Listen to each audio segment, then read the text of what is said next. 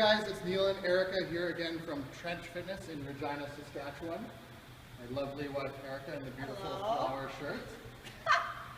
We're going to do just a really quick video blog for you guys today. 5 reasons why your training progress sucks, or it might be sucking and it could be better. So, number 1, your movement quality sucks. Okay, so what that means, we're going to talk a little bit about movement quality. So just simply saying you're going to do a squat on your program isn't enough. We need to make sure that we're squatting properly and squatting for whatever our goals will be. So we're going to just head over here. And not to say that your training sucks, but why it might not be optimal.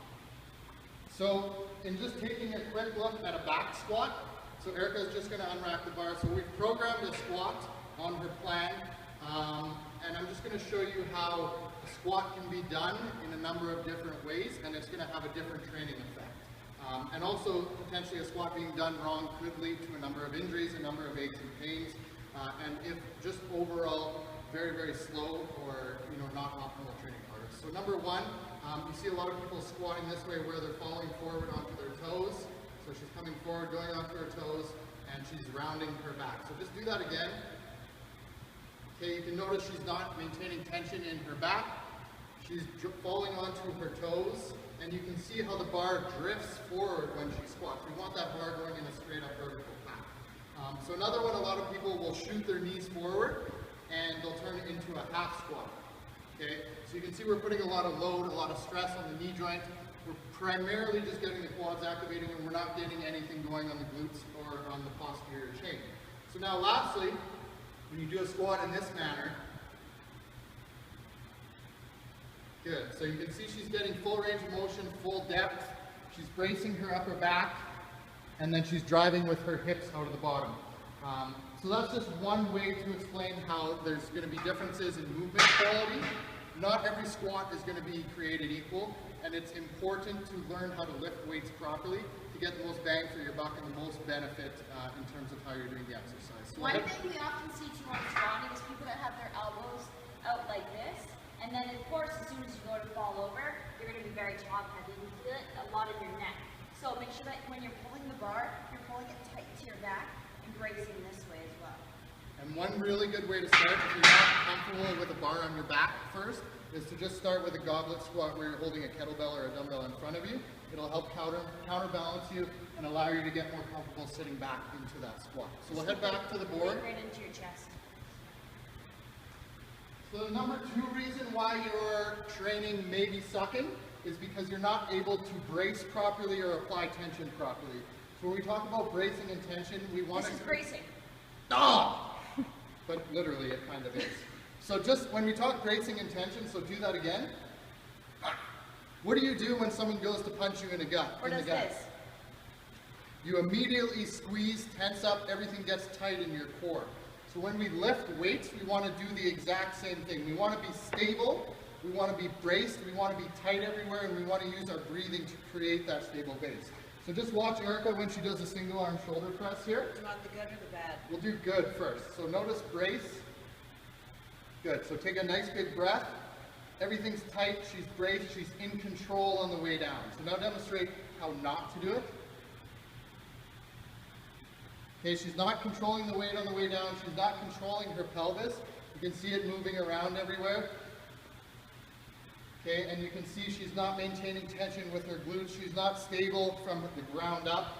So now when we go and we get her to brace and apply tension, she's stable, everything's in a line, she's controlling the weight on the way down, resisting gravity, she's keeping her pelvis aligned, and she's controlling with a good natural movement. So really try and work on that. The best way to think about that is big breath in, and then imagine you're getting punched in the gut and create that stability from the ground up all the way through to where the weight is. Number 3, so we'll talk about intensity. And a lot of people will get the intensity going first, but they won't have good movement patterns, or they won't be able to brace or apply tension properly first. So there's really 3 ways to progress your training. It's either to add more weight to the bar, do more reps with the same weight, or improve your movement quality.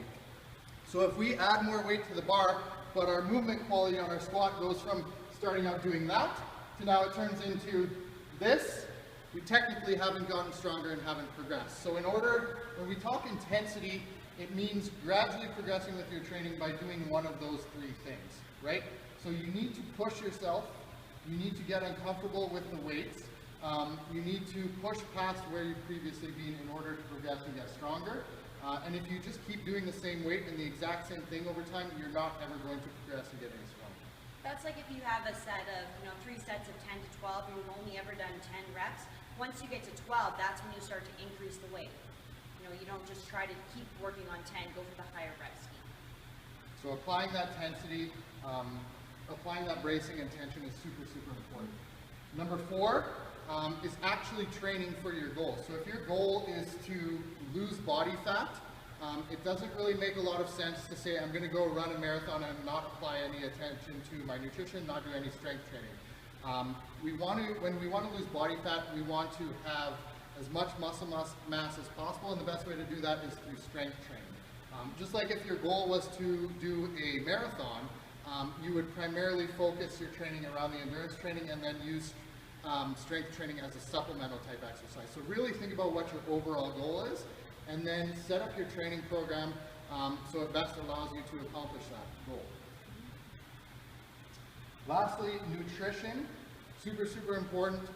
If you're not eating enough calories and the right amount of calories, so enough protein, enough carbs and fat from the right sources, you're not going to be able to accomplish your goals. If you're under eating and trying to lose body fat, eventually you're going to reach a point where it becomes very, very hard to keep progressing with your strength training. Calories are important just for recovery, for repair, for growth, and for gaining muscle mass. So if you're constantly restricting yourself and under eating, then it's going to be very, very hard to go in the other direction and gain muscle mass and strength. So it makes sense to go through periods of fat loss if that's your goal, and then also building phases where you're eating more calories and focusing more on strength and muscle building. The same is true too on the other side of it. If someone has, decreased their calories, they're trying to be in a fat loss phase, it doesn't mean that they can't progress in the gym. They just have to work on their movement quality. You don't have to be weak because you're dieting. That's a great point. And again, it really depends on training experience. It goes back to here.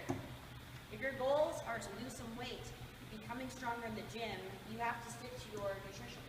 They all work together. For sure.